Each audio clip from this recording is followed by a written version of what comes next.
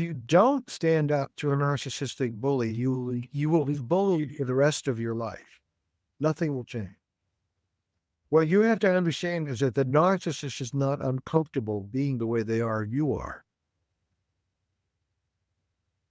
I had a woman come to me after a talk and very old, had to be in her later 80s, early 90s.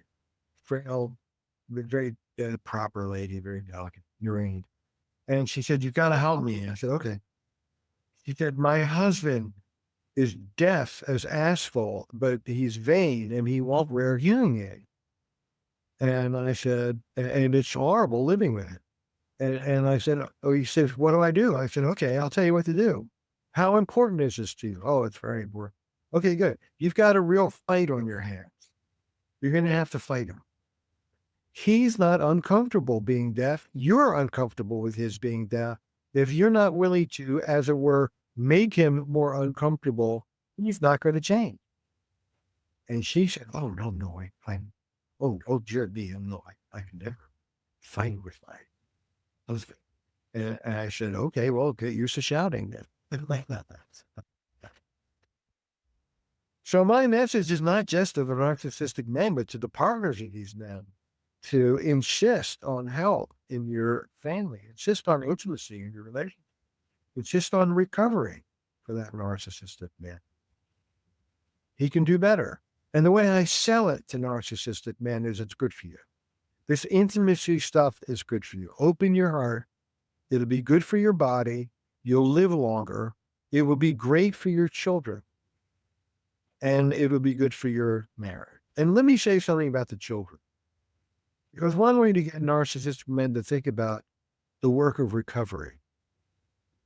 A lot of men will not do the work of relational recovery for their own sake because it falls just a bunch of claptrap. And men don't need anything.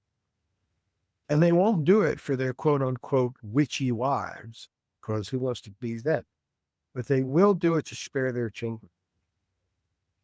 A question I ask almost every man that walks into my office: what kind of father did you have? What kind of father do you want to be? What kind of relationship did you have with your old man? What kind of relationship are you having with your children? What kind of relationship would you like with your children? Would you like them to be closer to you than you were to your father? Okay, well, if you act like your father, they won't be. If you repeat the same behavior, you're going to get the same result. Or if it's a difficult father, as so many of our fathers were, I will say to a man, you know exactly what it feels like to be the son of a raging father. You know exactly what that feels like. Oh, yeah. Yeah.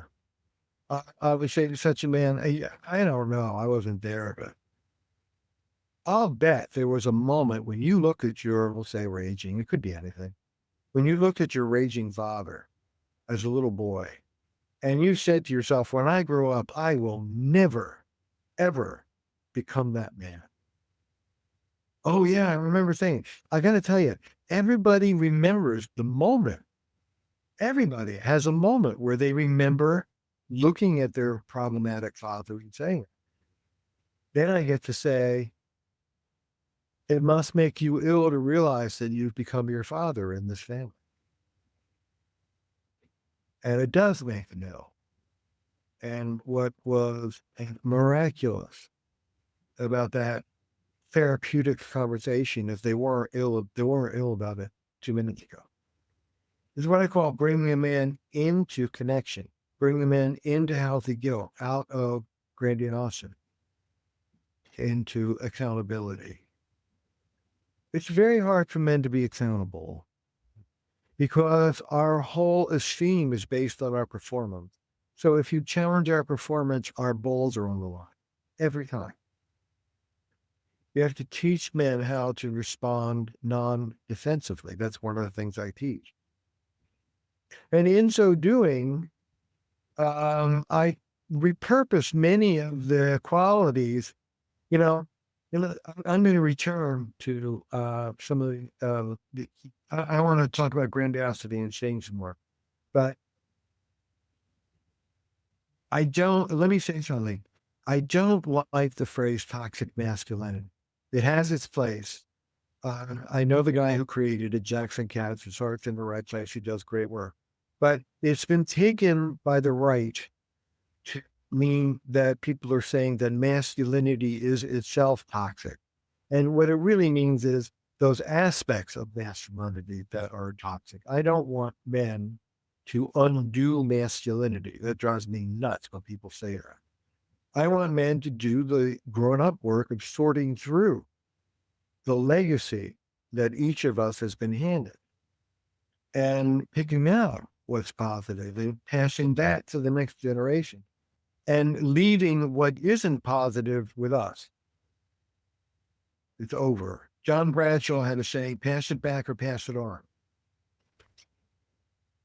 And a lot of men who will not do the work for themselves will understand that they don't want to pass on the toxic legacy that was passed on to them.